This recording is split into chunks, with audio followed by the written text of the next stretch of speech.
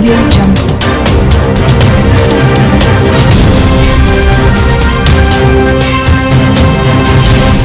Audio Jungle. Rajam TDP party ఆఫీసులో చీపురుపల్లి నియోజకవర్గం MLA Kala Venkatrao press meet GO number 43 ద్వారా తెలుగుదేశం పార్టీ చంద్రబాబు నాయుడు ఇసుక విధానాన్ని అమలు చేశారు. కూటమి మేనిఫెస్టోలో ఇది చెప్పడం జరిగింది. 40 లక్షల భవన కార్మికులకు ఇది ఎంతో ఉపయోగకరం. ఈ ఇసుక విధానం పేద మధ్యతరగతి కింద స్థాయి ప్రజలకి ఎంత ఉపయోగకరం. ఈ ఉచిత ఇసుక విధానాన్ని కలెక్టర్ జాయింట్ కలెక్టర్ పర్యవేక్షణలో పెట్టాం. ఇది చాలా మంచి పరిణామం. దీన్ని ప్రజలందరూ ఉపయోగించుకోవాలి. ఇక్కడ బ్లాక్ మెయిలర్స్ కానీ దొంగ వ్యాపారానికి కానీ తావు లేకుండా పరిస్థితి ఉంది. అలాంటి వాళ్ళు ఉంటే ఈ ప్రభుత్వం తొక్కి పెడతాం.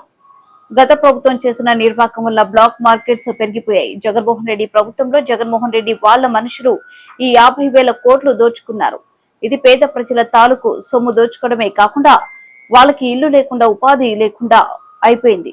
జేపీ అనే సంస్థను పెట్టి బ్యాంకు ద్వారా కాకుండా డైరెక్ట్ గా ఇసుక మీద డబ్బులు దోచుకున్నారు. ఈ ఇసుక మీద దోచుకునేంతంతా వసూలు చేస్తాం. ప్రజల తరపున నిలదీస్తాం. ప్రజాధనం దుర్వినియోగం అయింది. చట్టపరంగా దీనిపై ఎవరిని వదిలిపెట్టేది లేదు. చట్ట ప్రకారం శిక్షిస్తాం. ఉచిత ఇసుక విధానాన్ని రోజు చంద్రబాబు నాయుడు గారి ప్రభుత్వం, తెలుగుదేశం పార్టీ ప్రభుత్వం అమలు చేయడం మొదలుపెట్టారు. కూటమి మేనిఫెస్టోలో దీన్ని పెట్టడం జరిగింది. 40 లక్షల మంది భవన నిర్మాణ కార్మికులకు ఇది చాలా ఉపయోగకరమైనటువంటి కార్యక్రమం. వాళ్ళకి ఉపాధి దొరుకుతుంది. అలాగే పేద ప్రజలు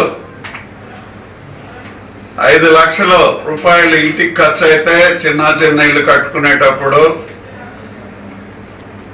3 లక్షల వరకు ఇసుక్కే వాళ్ళు పే చేయాల్సిన పరిస్థితి వచ్చింది. అందువల్ల గృహ నిర్మాణం చాలా భారమైనటువంటి పరిస్థితి ఆంధ్రప్రదేశ్లో అయిపోయింది. పేద ప్రజలు సొంతంగా ఇల్లు నిర్మించుకోవడం, బిలో మిడిల్ క్లాస్ ఇసుక కొనుక్కోవడం గగనం అయిపోయింది. అందువల్ల ప్రభుత్వం ఆలోచించి చంద్రబాబు నాయుడు గారు అదేవిధంగా కూటమి నాయకులు ఆలోచించి దీన్ని మేనిఫెస్టోలో పెట్టడం జరిగింది. ఈరోజు ముఖ్యమంత్రిగా చంద్రబాబు నాయుడు గారు ఇంత త్వరితగతిన ఈ నిర్ణయం తీసుకోవడం ముదాహం, చాలా ఆనందదాయకం. తిండి, బట్ట, నీడ. ఈ నీడ అనేటటువంటిది గృహం ప్రతి మనిషికి చాలా అవసరమైనటువంటిది. దాంట్లో ఈ పనిముట్టు అయినటువంటి ఇసుక బంగారం అయిపోవడం, బంగారం అయినా కొనుక్కోగలిగారు కానీ ఇసుక కొనుక్కోలేనటువంటి పరిస్థితి ఏర్పడింది. అందువల్ల ఈ ఇసుక విధానం పేదలకి, మధ్యతరగతి ప్రజలకి, కింది తరగతి ప్రజలకి చాలా ఉపయోగకరంగా ఉంది అనేటటువంటిది మాకు స్పష్టంగా వినిపిస్తుండేటటువంటి పరిస్థితి. అందువల్ల దీనికి జిల్లా కలెక్టర్ని సారథిగా పెడుతూ మరి అదేవిధంగా జాయింట్ కలెక్టర్తో సహా ఎక్కడెక్కడైతే స్టాక్ పాయింట్స్ ఉంటాయో ఆ స్టాక్ పాయింట్స్ నుంచి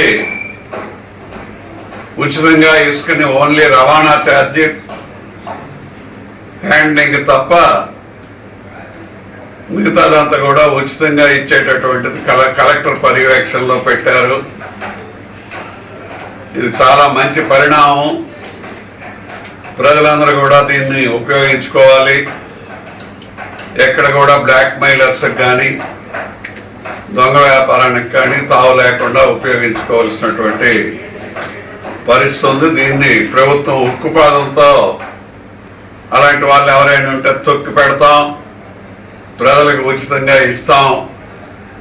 ప్రభుత్వం చంద్రబాబు నాయుడు గారు ఏదైతే నిర్ణయం తీసుకున్నారో దాన్ని ప్రజలకు పూర్తిగా చేరటానికి 100కి 100 మేమందరం కృషి చేస్తాం. అదేవిధంగా ఆఫీషియల్స్ కూడా కృషి చేసి ముందుకి తీసుకువెళ్ళేటటువంటి పద్ధతిలో ప్రభుత్వం అన్ని పకడ్బందీగా జీవోలో ఇచ్చింది కాబట్టి మరి పూర్తిగా ప్రజలు దీన్ని ఉపయోగించుకొని మరి నిర్మాణ భారంలో ఏదైతే ఇసుక భారం ఎక్కువైపోయిందో అది ఈవేళ పూర్తిగా ఉచిత ఇసుక విధానంలో ఒక ట్రాన్స్పోర్ట్ తప్ప ఇసుక మీద ₹1 కూడా తీసుకునేటటువంటి పరిస్థితి గవర్నమెంట్ రద్దు చేసింది అనేది ప్రజలందరికీ చెప్పడానికి మేము సంతోషంతో ఈ వార్తను మీ ద్వారా తెలియజేస్తున్నాం. గత ప్రభుత్వం చేసినటువంటి నిర్వాహకం వలన బ్లాక్ మార్కెట్స్ పెరిగిపోయారు. ఈ తప్పుడు విధానాలు అనుసరించి తప్పుడు విధానంగా ఇసుకను బ్లాక్ మార్కెట్లో అమ్మినటువంటి వాళ్ళు వృత్తి కింద మారిపోయింది. దీనికి కారణం జగన్మోహన్ రెడ్డి ఆయన ప్రభుత్వం. ఇంచుమించు 50,000 కోట్ల రూపాయలు జగన్మోహన్ రెడ్డి ప్రభుత్వంలో ఒక ఇసుక మీదే ఆయన మనుషులు దోచుకున్నారు. ఇది పేద ప్రజల తాలూకా సొమ్ము. దోచుకోవడమే కాకుండా వాళ్ళకి ఇల్లు లేకుండా అయిపోయింది, ఉపాధి లేకుండా అయిపోయింది. అది చాలా ముఖ్యమైనటువంటి పరిస్థితి. 40 లక్షల మంది ఇంచుమించు ఉసూరు అనుకుంటూ బిల్డింగ్ కన్స్ట్రక్షన్స్ లేక, పనులు లేక